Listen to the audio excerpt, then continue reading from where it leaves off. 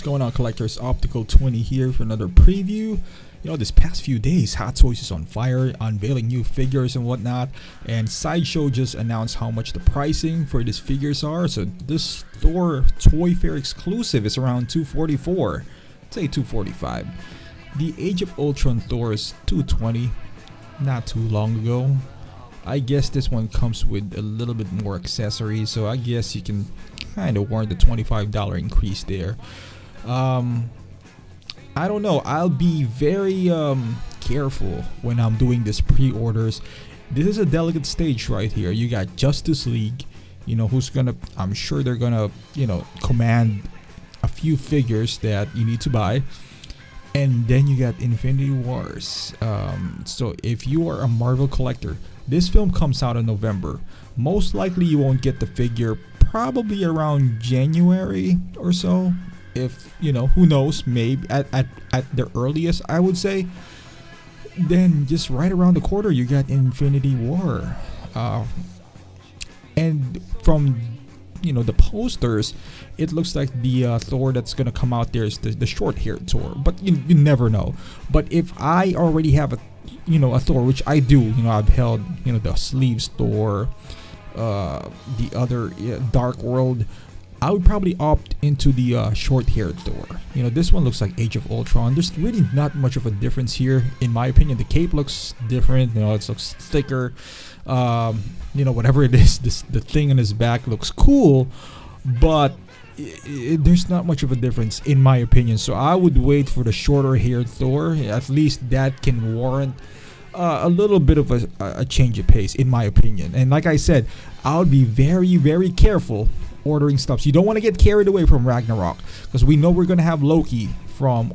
I don't know, but from if we go by history, Hot Toys would produce Loki again in Infinity Wars, so was Thor, and I'm assuming so was our green friend Hulk, which is another pre-order that Sideshow just announced today. It's a little pricey.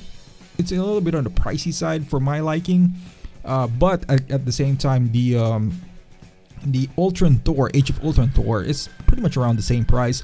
However, it comes with an extra torso though, so I guess you just replace that torso with his accessories here, which are pretty cool. Not gonna lie to you. Now this is a guy that I would really consider, because I like the Gladiator Hulk. It looks massive, it looks cool. However, you need to have a big space for Hulk, especially two Hulks, because I already have the Age of Ultron. Now this would be a good second piece Hulk, because it's not traditional Hulk, obviously.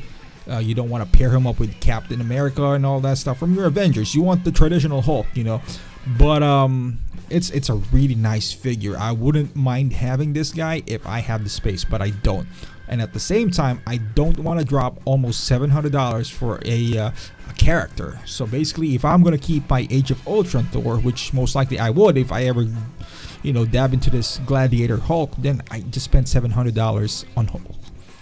And I don't even like Hulk that much. I mean, I like Hulk, don't get me wrong, and this figure is pretty cool, and it's a must-have for any Hulk fans.